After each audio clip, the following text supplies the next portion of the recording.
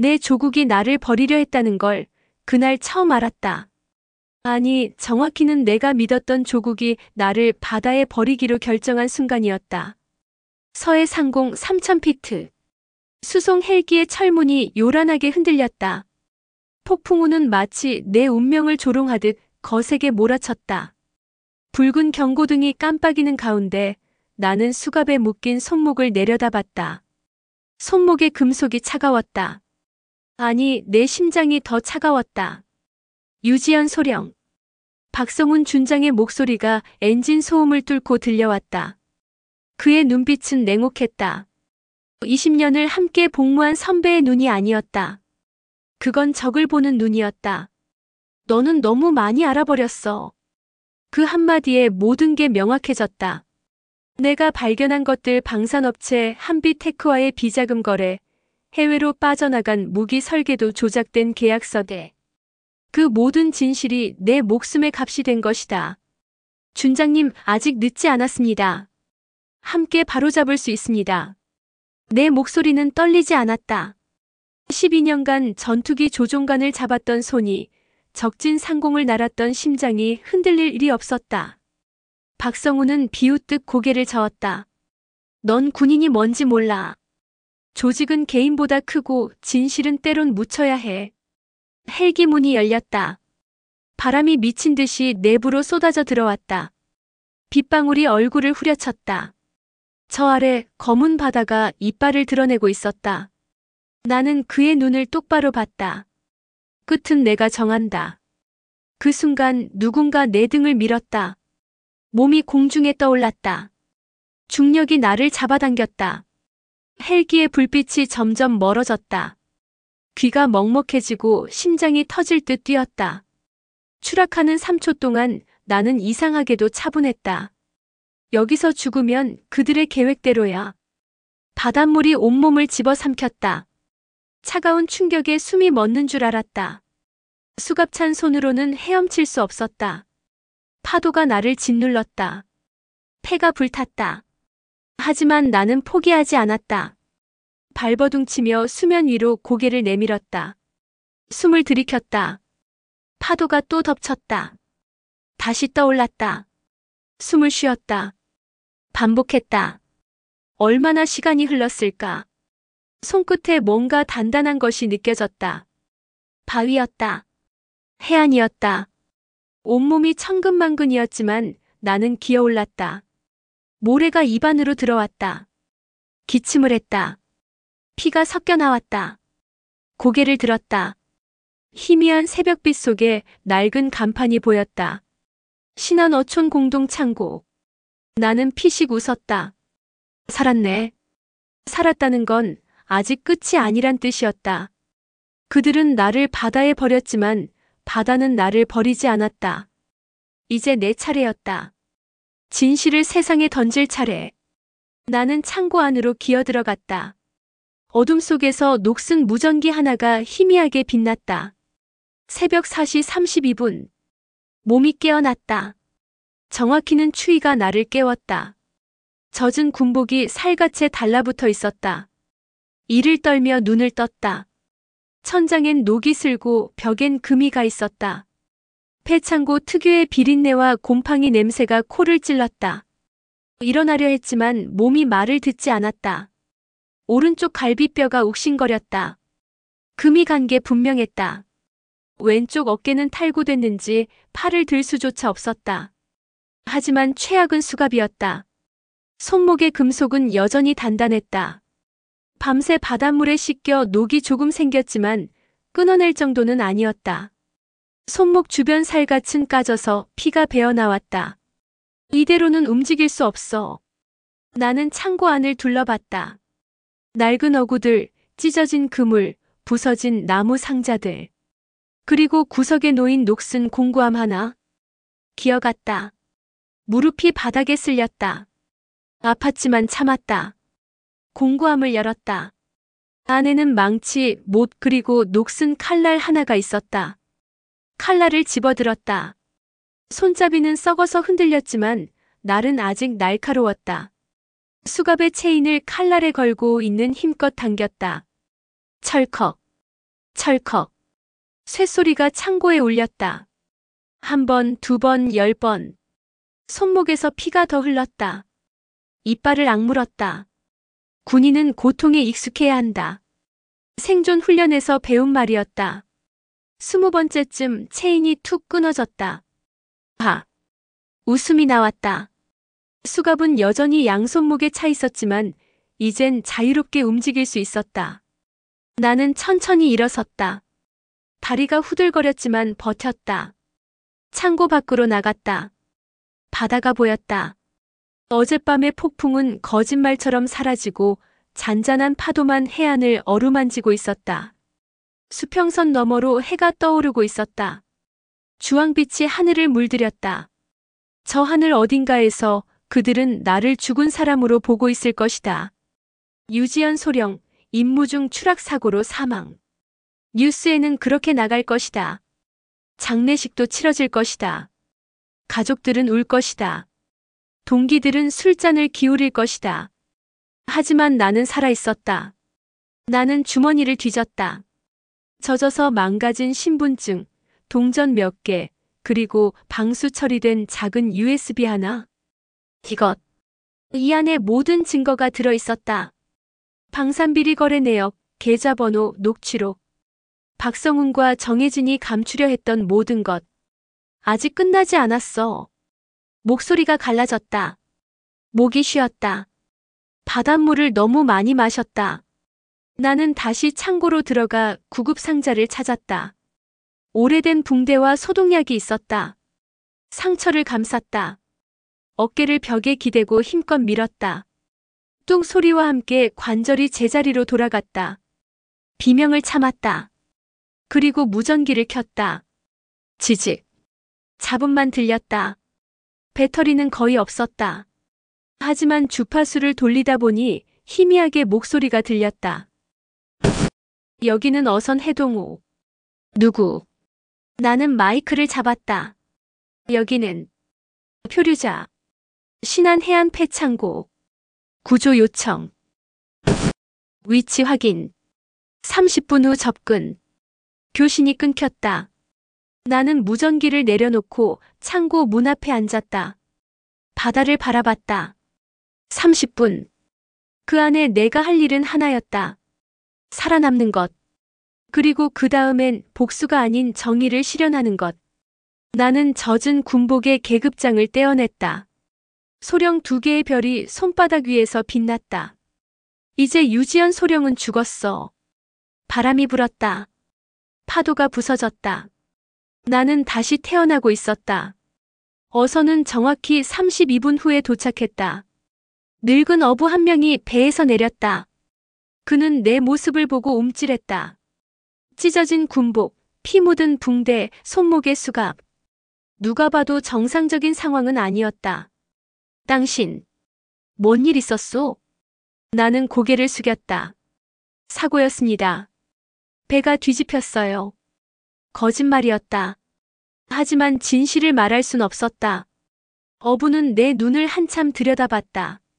그리고 고개를 끄덕였다. 일단 타시오. 목포까지 데려다 드리겠소. 감사합니다. 배에 올랐다. 엔진 소리가 요란했다. 어부는 말없이 조타를 잡았다. 나는 배 뒤편에 앉아 멀어지는 해안을 바라봤다. 폐창고가 점점 작아졌다. 그곳에서 나는 죽음을 이겨냈다. 이제 다시 세상으로 돌아가는 것이다. 아가씨. 어부가 뒤돌아봤다. 목포 가서 경찰서 가시오. 사고 신고해야 하지 않겠소? 아니요. 괜찮습니다. 하지만 제가 알아서 할게요. 어부는 더 묻지 않았다. 뱃사람들은 바다에서 일어난 일을 함부로 캐묻지 않는다는 걸 알고 있었다. 항구에 도착했을 때는 오전 8시였다. 어부는 내게 낡은 점퍼 하나를 건넸다. 이거라도 입으시오. 눈에 띄지 않게. 고맙습니다. 나는 점퍼를 걸치고 항구를 벗어났다. 목포 시내는 분주했다. 출근길 사람들, 시장으로 향하는 아주머니들, 학교 가는 아이들. 평범한 아침이었다. 하지만 내겐 평범할 수 없었다. 나는 공중전화 부스로 들어갔다. 동전을 넣고 번호를 눌렀다. 외울 수밖에 없었던 번호. 유일하게 믿을 수 있는 사람. 신호음이 울렸다. 한 번, 두 번, 세 번. 여보세요? 강은서의 목소리였다. 12년 전 사관학교 동기. 같은 기수로 입대했고 지금은 국방부 정보분석관으로 근무하고 있었다. 은서야. 누구세요? 나야. 지연이. 전화 너머로 숨소리가 멎었다. 긴 침묵이 흘렀다. 지연아, 그게 무슨... 너 지금 어디야? 뉴스에서 나 살아있어. 뭐? 무슨 소리야? 어제 국방부에서 공식 발표했어. 너 헬기 사고로. 사고가 아니었어. 그들이 날 버렸어. 또다시 침묵. 뭐라고? 박성훈, 정혜진, 오태식. 그들이 날 죽이려 했어. 그리고 아마 지금도 내가 죽은 줄 알고 있을 거야. 은서는 한동안 아무 말도 하지 않았다. 그녀는 똑똑했다. 내 말이 무엇을 의미하는지 금방 이해했을 것이다. 지연아, 지금 안전한 곳에 있어? 아니, 목포야. 은신처가 필요해. 알았어. 움직이지 마. 내가 사람 보낼게. 2시간만 기다려. 은서야. 응.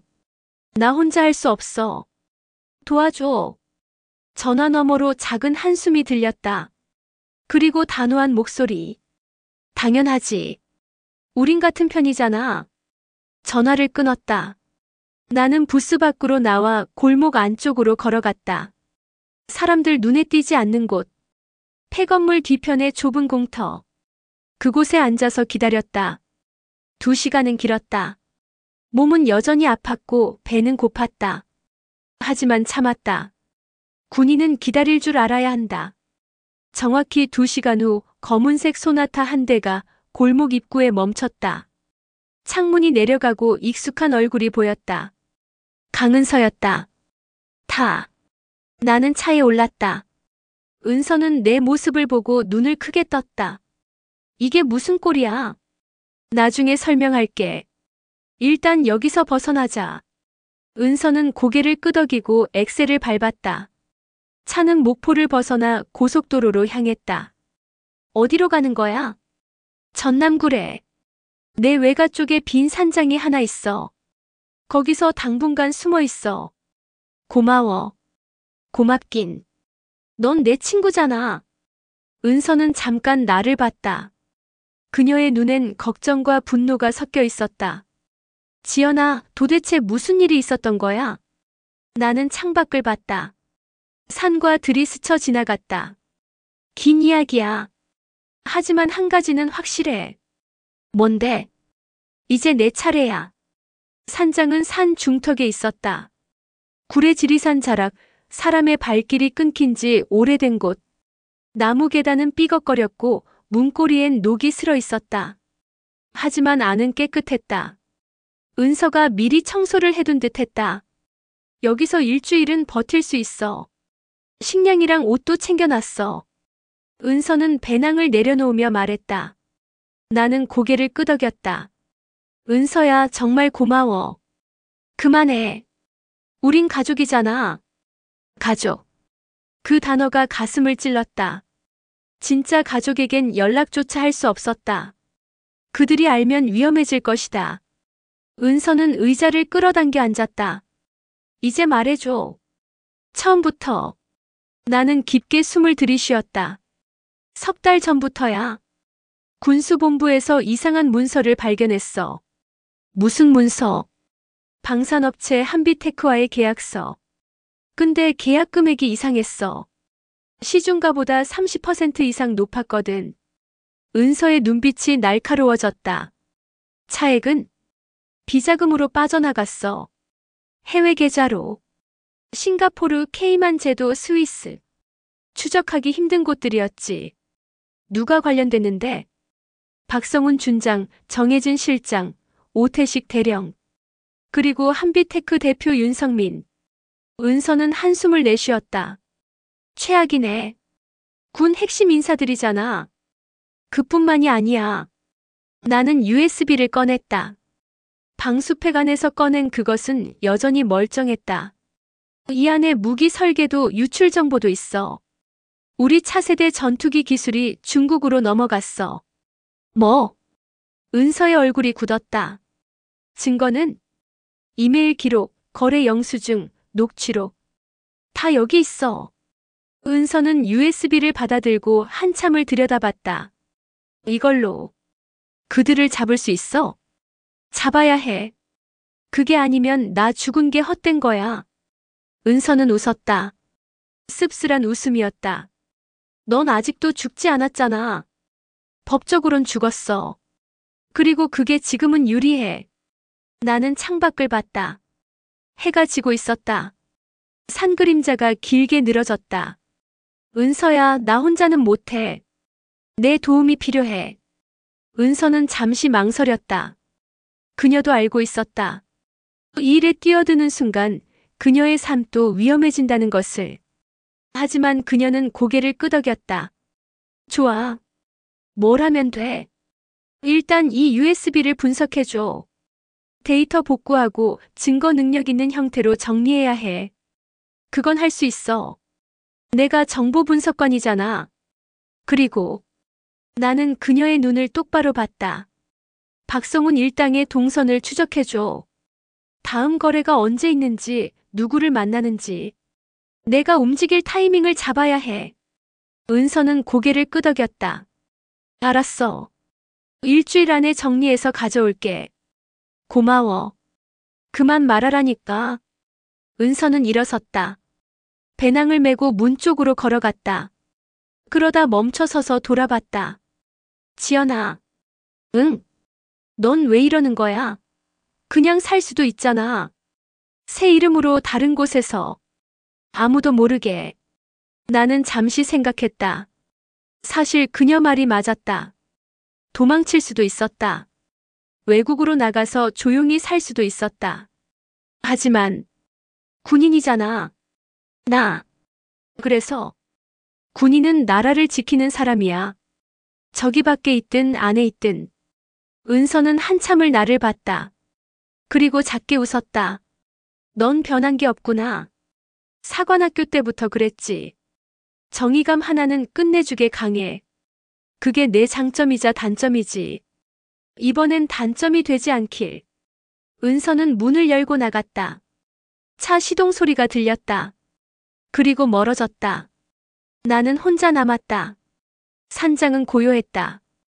바람 소리, 벌레 소리, 나뭇잎 부딪히는 소리. 그리고 내 숨소리. 나는 창가에 앉아 USB를 들여다봤다. 이 작은 것 안에 거대한 진실이 들어있었다. 이제 시작이야. 밤이 깊어갔다. 별이 하나둘 떠올랐다. 저 별들 중 하나가 내가 날았던 하늘 어딘가를 비추고 있을 것이다. 나는 다시 날 것이다. 하지만 이번엔 전투기가 아니라 진실을 싣고. 창문을 닫았다. 커튼을 쳤다. 그리고 침대에 누웠다. 내일부터는 전쟁이다. 진짜 전쟁. 사흘이 지났다. 산장에서의 시간은 느리게 흘렀다. 낮엔 몸을 추스르고 밤엔 계획을 세웠다. 갈비뼈 통증은 조금씩 나아졌고 어깨도 움직일만 했다. 하지만 마음의 상처는 여전했다. 배신당했다는 사실. 조국이 나를 버렸다는 현실. 그것은 육체의 고통보다 깊었다. 나흘째 되는 날 저녁 은서가 돌아왔다. 그녀는 평소와 달리 얼굴이 창백했다. 손에 든 노트북 가방을 테이블에 내려놓으며 한숨을 쉬었다. 뭐 나왔어? 생각보다 심각해. 은서는 노트북을 켰다. 화면에 파일들이 쏟아졌다. 엑셀 시트, PDF 문서, 이메일 스크린샷. USB 복구했어. 내용 확인했는데 지연아. 그녀는 나를 봤다. 이거 진짜면 단순 비리 수준이 아니야. 국가 안보 위협이야. 보여줘. 은서는 첫 번째 파일을 열었다. 계약서였다. 한비테크와 국방부 간 무기 구매 계약서. 금액은 2,300억 원. 시중가는 1,600억이야. 700억이 어디로 갔는지 봐. 다음 파일. 해외계좌 이체 내역. 싱가포르 DBS은행. 수취인 불명. 금액 650억 원. 나머지 50억은 국내 비자금. 정치인들 로비 자금으로 쓰인 것 같아. 나는 이를 악물었다. 650억. 그 돈이면 전투기 2대를 더 살 수 있었다. 군인들 처우를 개선할 수 있었다. 국방력을 강화할 수 있었다. 하지만 그들은 그 돈을 주머니에 넣었다. 더 있어. 은서는 다음 파일을 열었다. 이메일이었다. 발신인은 박성훈. 수신인은 중국 심천의 한방산업체 관계자. 이메일 내용은 간단했다. 설계도 전달 완료. 대금 입금 확인 바람. 첨부 파일엔 KF-21 차세대 전투기의 엔진 설계도 일부가 들어있었다. 미쳤네. 내 목소리가 떨렸다. 분노가 아니었다. 경악이었다. 이건 반역이야. 명백한 반역이야. 맞아. 그래서 더 위험한 거야. 은서는 노트북을 닫았다. 지연아, 이 사람들 절대 가만 안 둘 거야. 내가 살아있다는 거 알면 다시 죽이려 들 거야. 알아. 그럼 어떻게 할 건데? 나는 잠시 생각했다. 선택지는 많지 않았다. 경찰? 검찰? 그들도 이미 매수됐을 가능성이 높다. 언론? 증거가 있어도 보도되지 않을 수 있다. 그렇다면 직접 세상에 던져야 해. 무슨 뜻이야? 공개적인 자리. 언론이 모인 곳. 카메라가 돌아가는 곳. 거기서 이 모든 걸 폭로하는 거야. 은서는 눈을 크게 떴다. 그럼 넌 잡히겠지. 아니면 죽거나. 미쳤어? 다른 방법이 없어. 은서는 고개를 저었다. 있어. 다른 방법이 있어. 뭔데? 제주국제안보포럼. 다음 달 15일에 열려. 거기에 박성훈도 참석해. 나는 그녀를 봤다. 포럼? 응. 국방부 주최 국제행사야. 각국 국방 관계자들, 언론, 학자들 다 모여. 생중계도 돼. 거기서 터뜨리는 거야. 전 세계가 보는 앞에서. 나는 천천히 고개를 끄덕였다. 완벽했다. 공개적이고 국제적이고 도망칠 수 없는 자리. 하지만 어떻게 들어가? 난 죽은 사람이야. 그건 내가 해결할게. 은서는 가방에서 서류 봉투를 꺼냈다. 안엔 여권, 신분증, 명함이 들어있었다. 이름은 김서연. 직업은 국방연구원 연구원. 이거 진짜야? 반은 진짜, 반은 가짜. 신분증은 위조지만 명함은 진짜 국방연구원 거야. 내 대학 선배가 거기 근무하거든. 부탁했어. 위험하지 않아? 지금 위험하지 않은 게 어디 있어? 은서는 웃었다. 하지만 눈빛은 진지했다. 지연아, 난 내 편이야. 끝까지. 나는 그녀의 손을 잡았다. 고마워. 진짜로. 됐고 이제 준비나 하자. 한 달밖에 안 남았어. 뭘 준비하는데? 내 얼굴부터 바꿔야지. 지금 모습으론 5분도 안 돼서 들통날 거야. 은서는 가방에서 염색약과 렌즈 케이스를 꺼냈다. 갈색 머리에 파란 렌즈. 안경도 쓰고. 완전히 다른 사람으로 만들어줄게. 변장? 생존이지. 나는 고개를 끄덕였다. 그날 밤 은서는 내 머리를 잘랐다. 검은 긴 머리는 어깨까지 잘리고 갈색으로 염색됐다. 거울을 보니 낯선 여자가 서 있었다. 누구야 이거? 김서연이지. 국방연구원 연구원. 나는 거울 속 내 얼굴을 오래 봤다. 유지연은 죽었다. 이젠 김서연이다. 하지만 속은 여전히 유지연이었다. 그리고 유지연은 복수가 아닌 정의를 원했다. 한 달은 빠르게 지나갔다. 산장에서의 시간은 훈련의 연속이었다. 몸을 회복하고 계획을 다듬고 역할을 연습했다. 김서연이라는 사람으로 살아가는 법을 배웠다. 은서는 일주일에 2번씩 찾아왔다. 올 때마다 새로운 정보를 가져왔다. 박성훈 동선 파악했어. 포럼 당일 오전 10시에 기조연설해. 그 뒤로 패널 토론이 있고. 보안은 빡세. 국정원, 경호처, 군 헌병대까지 다 나와.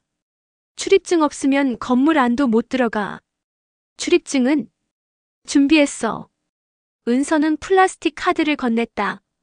홀로그램이 찍힌 정식 출입증이었다. 이름은 김서연. 소속은 국방연구원. 어떻게 구한 거야? 묻지 마. 나도 선 넘은 거야. 나는 출입증을 들여다봤다. 사진 속 여자는 나였지만 동시에 내가 아니었다. 짧은 갈색 머리, 안경, 차분한 표정. 완전히 다른 사람. 연습 많이 해야 해. 걸음걸이부터 말투까지 다 바꿔야 돼. 알아. 군인 티 내면 끝이야. 넌 이제 연구원이야. 책상에 앉아서 보고서 쓰는 사람. 나는 고개를 끄덕였다.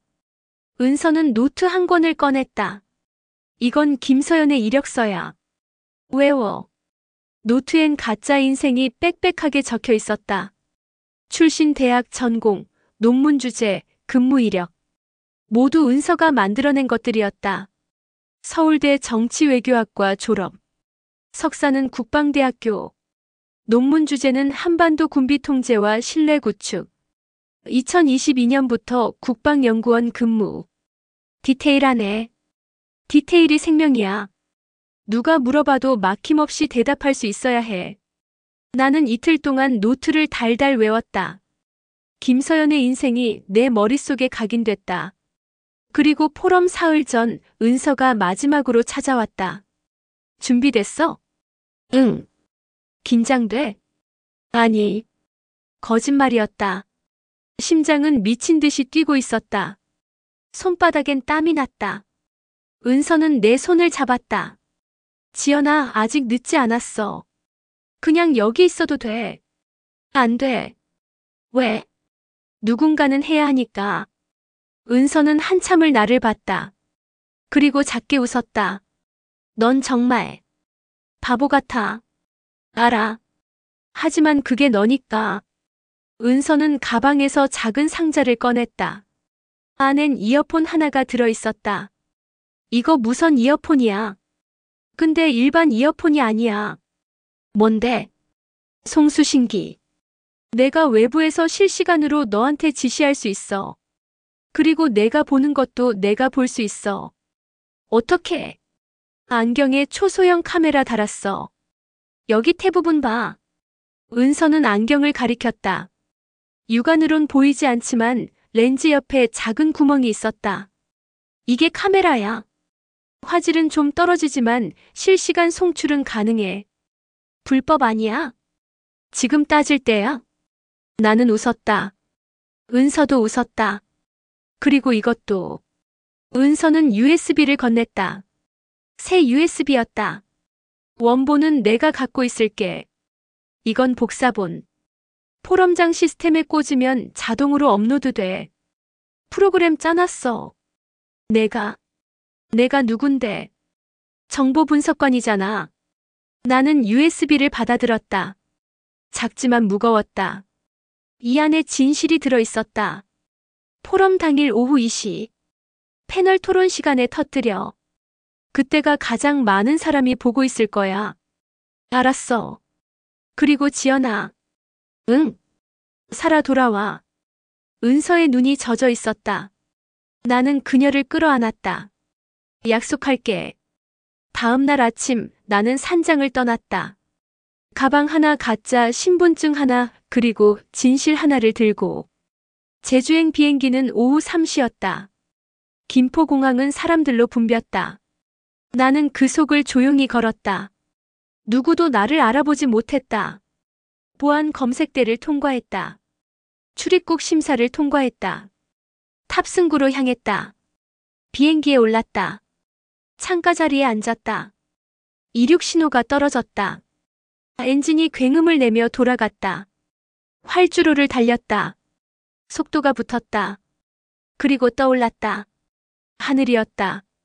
12년 만에 다시 하늘로 올라왔다. 조종석이 아닌 객석이었지만 하늘은 여전히 아름다웠다. 구름 사이로 햇살이 쏟아졌다. 저 아래 땅이 점점 작아졌다. 나는 창밖을 보며 중얼거렸다.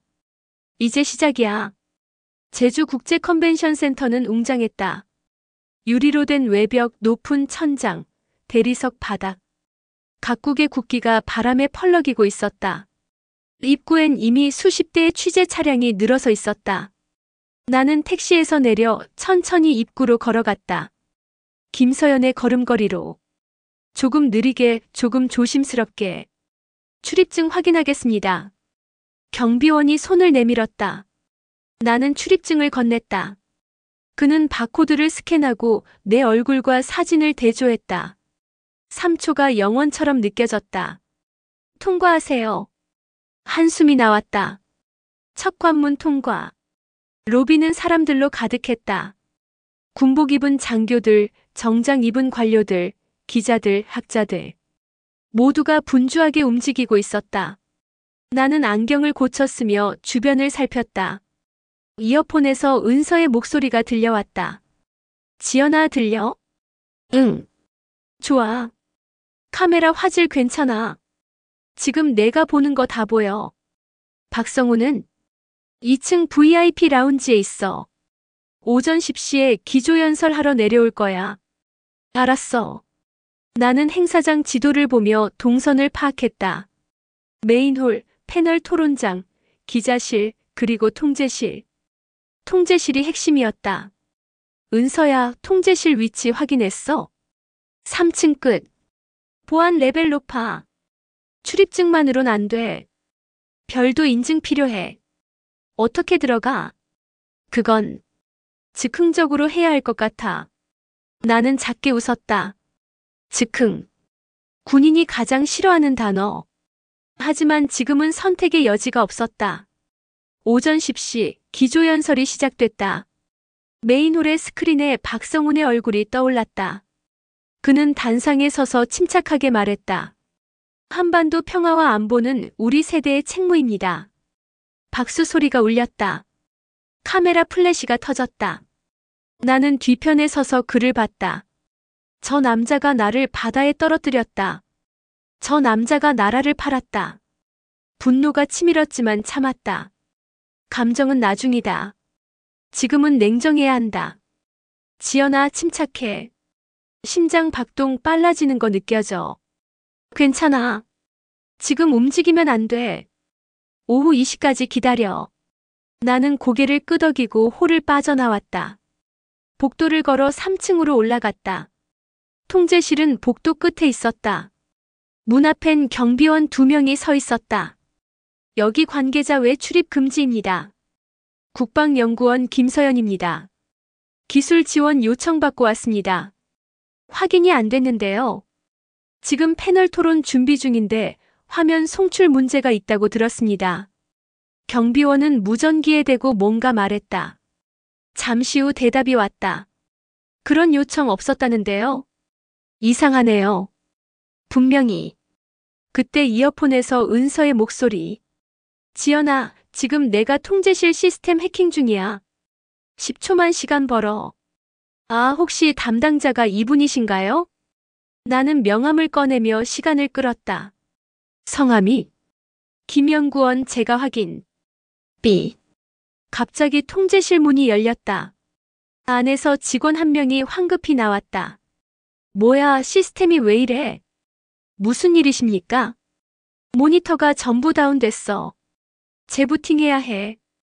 그 틈에 나는 안으로 미끄러져 들어갔다. 통제실은 어두웠다. 수십 개의 모니터가 벽을 가득 채우고 있었다. 메인홀, 패널 토론장, 복도, 주차장. 모든 장면이 실시간으로 송출되고 있었다. 지연아, 지금이야. 메인 컴퓨터에 USB 꽂아. 나는 메인 콘솔로 다가갔다. USB를 꺼내 포트에 꽂았다. 화면이 깜빡였다. 프로그램이 실행됐다. 업로드 시작. 3분 걸려. 3분? 참아. 들키면 안 돼. 밖에서 발소리가 들렸다. 직원이 돌아오고 있었다. 심장이 터질 듯 뛰었다. 손에 땀이 흥건했다. 화면에 진행률이 떠올랐다. 45%, 60%, 78%. 야, 거기 누구야? 직원이 나를 봤다. 아, 저 국방연구원. 왜 여기 있어? 출입증 보여봐. 95%, 98%. 지금 보여드릴게요. 100%. 완료. 업로드 끝. 빠져나와. 나는 USB를 뽑아 주머니에 넣고 뒤돌았다. 죄송합니다. 길을 잘못 들었어요. 여기 무단 침입이야. 무한. 경비원들이 달려왔다. 나는 문을 박차고 나가 복도를 뛰었다. 지연아, 계단으로. 왼쪽. 나는 비상계단으로 뛰어들었다. 뒤에서 고함 소리가 들렸다. 2층, 1층 로비. 사람들이 놀라 쳐다봤다. 하지만 멈출 수 없었다. 출구로 달렸다. 햇빛이 눈을 찔렀다. 지연아, 성공했어. 파일이 시스템에 올라갔어. 이제 오후 2시만 되면. 나는 숨을 헐떡이며 멈춰섰다. 끝나는 거야. 오후 1시 50분. 나는 컨벤션 센터 밖 카페에 숨어 있었다. 창가 자리 모자를 깊이 눌러쓰고 뜨거운 커피를 홀짝였다. 손이 떨렸다. 10분 남았어.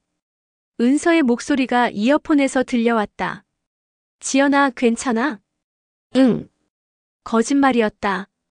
심장은 미친 듯이 뛰고 손바닥엔 땀이 흥건했다. 지난 한 달의 모든 순간이 20분으로 압축되고 있었다. 패널 토론 시작했어. 박성훈도 패널석에 앉았어. 나는 창밖으로 컨벤션 센터를 봤다. 저 안에서 역사가 바뀌려 하고 있었다. 파일 송출 준비됐어? 완벽해. 이시 정각에 자동 실행돼. 모든 스크린, 모든 모니터에 동시 송출될 거야. 생중계는 국내 3개 채널, 해외 5개 채널. 유튜브 동시 송출도 돼. 전 세계가 볼 거야. 나는 눈을 감았다. 깊게 숨을 들이쉬었다. 이제 돌아갈 수 없어. 시계를 봤다. 1시 59분. 은서야. 응. 고마워. 진짜로. 바보. 아직 끝난 거 아니야. 1시 59분 50초. 나는 자리에서 일어났다. 카페를 나섰다. 컨벤션 센터로 걸어갔다. 이시 정각. 메인홀에 대형 스크린이 깜빡였다. 패널 토론 중이던 박성훈이 고개를 들었다. 사회자가 당황한 표정으로 스태프를 봤다. 기술팀 무슨 일입니까? 스크린이 다시 깜빡였다. 그리고 화면이 바뀌었다. 검은 배경에 흰 글씨 하나가 떠올랐다. 진실. 객석이 술렁였다. 기자들이 카메라를 들었다. 다음 화면. 문서였다. 계약서. 한비테크와 국방부. 금액 2,300억 원. 저게 뭐야? 계약서 아냐? 화면이 넘어갔다. 해외 송금 내역. 싱가포르 DBS은행. 650억 원. 박성훈의 얼굴이 하얗게 질렸다. 중단하세요. 지금 당장. 통제실로 무전이 날아갔다. 하지만 소용없었다. 시스템은 이미 장악당한 상태였다. 다음 화면. 이메일. 발신인 박성훈 준장. 수신인 천진방산 관계자. 내용 KF-21 엔진 설계도 전달 완료. 대금 확인 바람. 객석이 술렁임을 넘어 소란으로 바뀌었다. 저건 기밀 유출 아닌가? 국방부 장교가 중국에. 기자들의 플래시가 미친 듯이 터졌다. 다음 화면. 녹음 파일이 재생됐다. 박성훈의 목소리도는 싱가포르 계좌로. 흔적 남기지 마. 정혜진의 목소리 알았어. 국회 쪽은 내가 처리할게. 오태식의 목소리 그럼 유지연은? 박성훈의 목소리. 처리했어. 침묵이 흘렀다. 그리고 폭발했다. 이게 무슨 녹음이 진짜야? 유지현. 추락사고로 죽은 그 소령. 박성훈이 자리에서 벌떡 일어났다. 이건 조작입니다. 누군가 저를 모함하려. 그때 마지막 화면이 떠올랐다. 서해 상공 헬기 내부를 찍은 영상이었다. 흔들리는 화면 속에서 수갑찬 여자가 보였다. 유지현이었다. 그리고 박성훈의 목소리. 너는 너무 많이 알아버렸어. 헬기 문이 열렸다. 여자가 추락했다. 화면이 꺼졌다. 메인홀은 완전한 혼돈에 빠졌다. 기자들이 단상으로 몰려들었다. 카메라가 박성훈을 향했다. 플래시가 정신없이 터졌다. 춘장님, 이게 사실입니까? 유지현 소령을 살해하신 겁니까? 중국과의 거래는 언제부터입니까? 박성훈은 뒤로 물러섰다. 얼굴은 창백했고 손은 떨리고 있었다. 정혜진 실장이 급히 단상으로 올라왔다. 여러분 진정하십시오. 이건 해킹입니다. 조작된 영상입니다. 조작이면 왜 녹음까지 일치합니까? 해명하십시오. 그때 홀 뒤편 문이 열렸다. 헌병대가 들어왔다. 그 뒤로 검찰 수사관들이 따라 들어왔다. 박성훈 준장, 국가보안법 위반 및 살인교사 혐의로 긴급 체포합니다. 헌병 2명이 다가가 박성훈의 팔을 잡았다. 이건 음모야. 나를 모함하는. 묵비권을 행사할 수 있습니다. 수갑이 채워졌다. 박성훈이 끌려나갔다. 정혜진과 오태식도 체포됐다. 카메라가 그 모든 장면을 담았다. 생중계는 계속되고 있었다. 나는 홀박 복도에 서서 그 광경을 봤다. 눈물이 흘렀다. 분노의 눈물이 아니었다. 해방의 눈물이었다. 은서야. 응, 지연아. 끝났어. 응, 끝났어. 나는 천천히 걸어나갔다. 컨벤션 센터를 빠져나와 햇빛 아래 섰다. 제주의 바다가 보였다. 파도가 부서지고 갈매기가 날았다. 나는 하늘을 올려다봤다. 구름 사이로 햇살이 쏟아졌다. 유지현 소령, 임무 완료. 바람이 불었다. 그리고 나는 웃었다. 혼돈은 계속됐다. 컨벤션 센터 밖은 취재진으로 가득 찼다. 헬기 소리, 사이렌 소리, 고함 소리가 뒤섞였다. 나는 그 혼란 속을 빠져나와 해안도로를 따라 걸었다. 지연아, 어디가? 은서의 목소리가 이어폰에서 들려왔다. 잠깐 혼자 있고 싶어. 위험해. 아직 끝난 거 아니야. 알아. 하지만 발걸음을 멈출 수 없었다. 몸이 움직이고 있었다.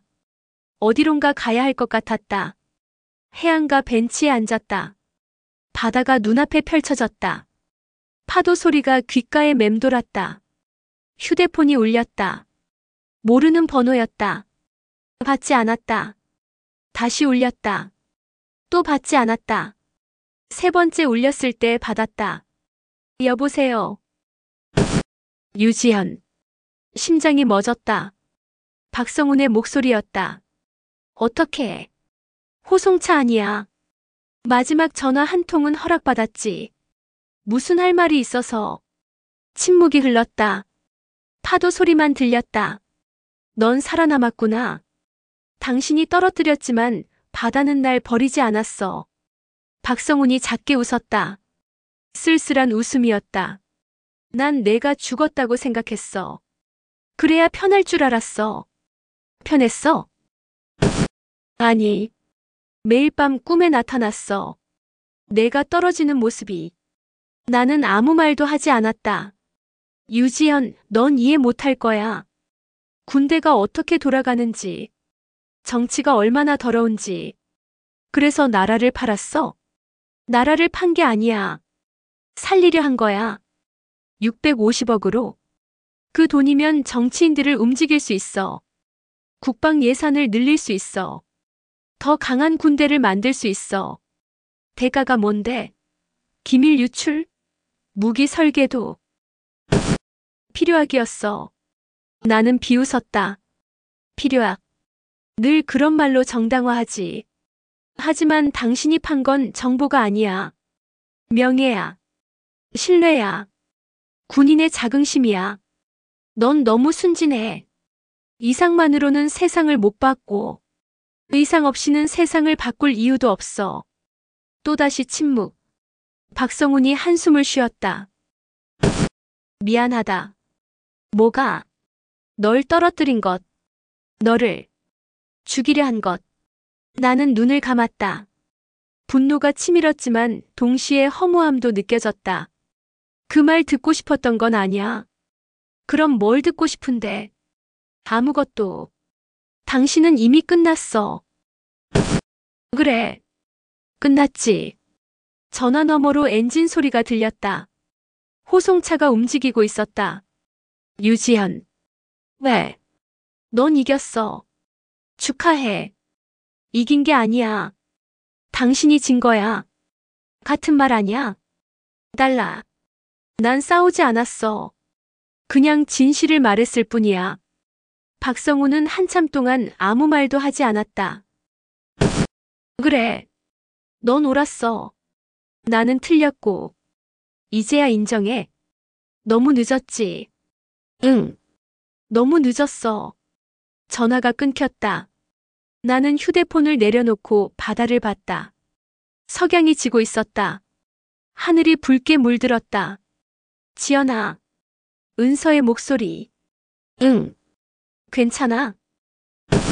모르겠어. 지금 뭐 해? 바다 보고 있어. 혼자? 응. 잠시 침묵이 흘렀다. 지연아, 이제 어떻게 할 거야? 나는 그 질문에 대답하지 못했다. 사실 나도 몰랐다. 유지연은 죽었어. 법적으로. 그럼 김서연으로 살 거야? 모르겠어. 바람이 불었다. 머리카락이 흩날렸다. 은서야. 응. 나. 이제 뭐야? 뭐긴 뭐야? 영웅이지. 영웅. 전 세계가 내 이름을 알게 됐어. 유지현. 부패를 폭로한 공군 소령. 난 영웅 되려고 한 게 아니야. 알아. 그래서 더 영웅이야. 나는 작게 웃었다. 눈물이 흘렀다. 은서야, 나 무서워. 뭐가? 이제부터가. 이제 뭘 해야 할지 모르겠어. 천천히 생각하면 돼.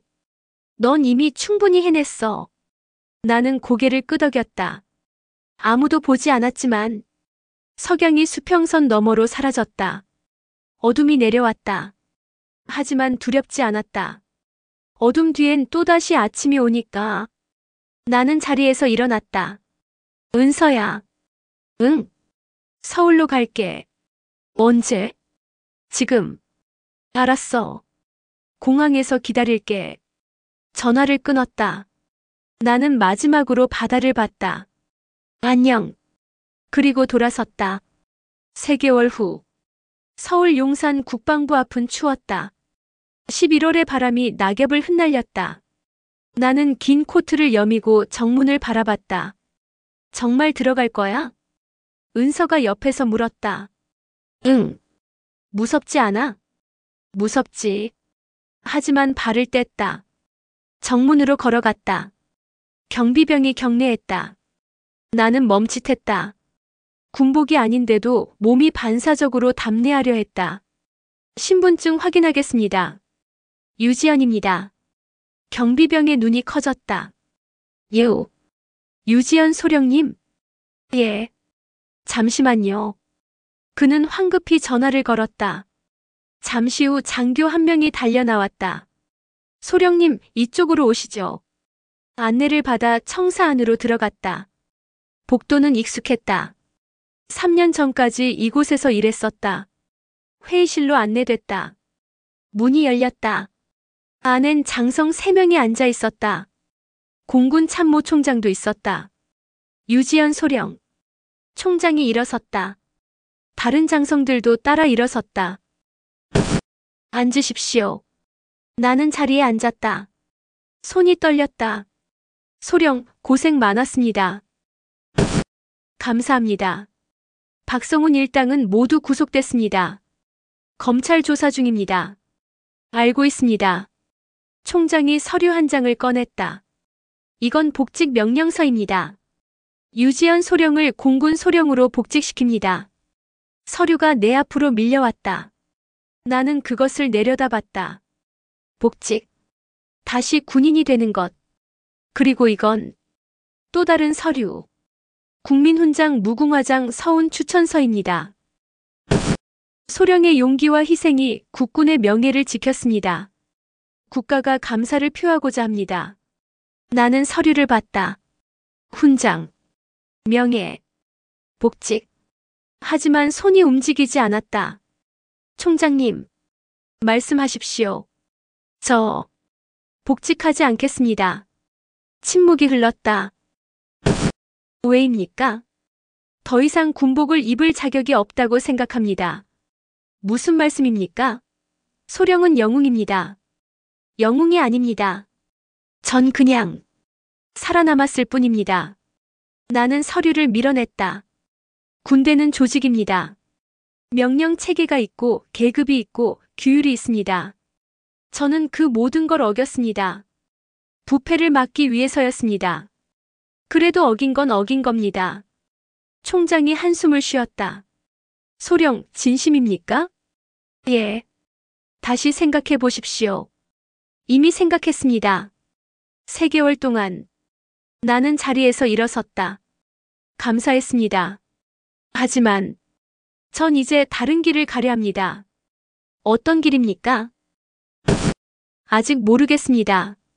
하지만 군복 없이도 나라를 지킬 방법을 찾아보려 합니다. 총장은 한참을 나를 봤다. 그리고 천천히 고개를 끄덕였다. 알겠습니다. 소령의 뜻을 존중하겠습니다. 감사합니다. 나는 경례했다. 마지막 경례였다. 밖으로 나왔다. 은서가 기다리고 있었다. 어떻게 됐어? 복직 안 하기로 했어. 진짜? 응. 후회 안 해? 조금. 하지만 이게 맞는 것 같아. 은서는 내 손을 잡았다. 그럼 이제 뭐 할 거야? 글쎄. 일단 쉬고 싶어. 좋아. 그럼 우리 여행이나 갈까? 제주도 말고 다른데. 나는 웃었다. 좋아. 우리는 국방부를 떠나 거리로 나왔다. 사람들이 분주하게 지나갔다. 아무도 나를 알아보지 못했다. 그게 좋았다. 하늘을 올려다봤다. 구름 사이로 비행기 한 대가 지나갔다. 하얀 비행운이 길게 늘어졌다. 지연아. 응. 행복해? 나는 잠시 생각했다. 모르겠어. 근데 살아있어. 그걸로 충분해. 은서가 웃었다. 그래. 그걸로 충분해. 우리는 카페로 들어갔다. 따뜻한 커피를 주문하고 창가에 앉았다. 바깥 풍경이 보였다. 사람들, 차들, 나무들. 평범한 일상. 나는 그 일상 속으로 조용히 스며들었다. 유지연은 죽었다. 법적으로. 하지만 나는 살아있었다. 다른 이름으로, 다른 모습으로. 그리고 그걸로 충분했다. 창밖으로 또 비행기가 지나갔다. 나는 그것을 보며 중얼거렸다. 언젠간 다시 날 거야. 다른 방식으로. 은서가 물었다. 뭐라고? 아무것도 아니야. 나는 웃으며 커피를 마셨다. 따뜻했다. 하늘은 여전히 푸르렀고 바람은 여전히 불었고 세상은 여전히 돌아갔다. 그리고 나는 그 세상 속에서 다시 숨쉬고 있었다. 살아있다는 것. 그것만으로도 기적이었다. 하늘에서 떨어진 진실은 결국 땅에 닿았다. 그리고 그 진실 위에서 한 사람이 다시 일어섰다. 유지연의 이야기는 끝났지만 그녀의 삶은 이제 시작이었다.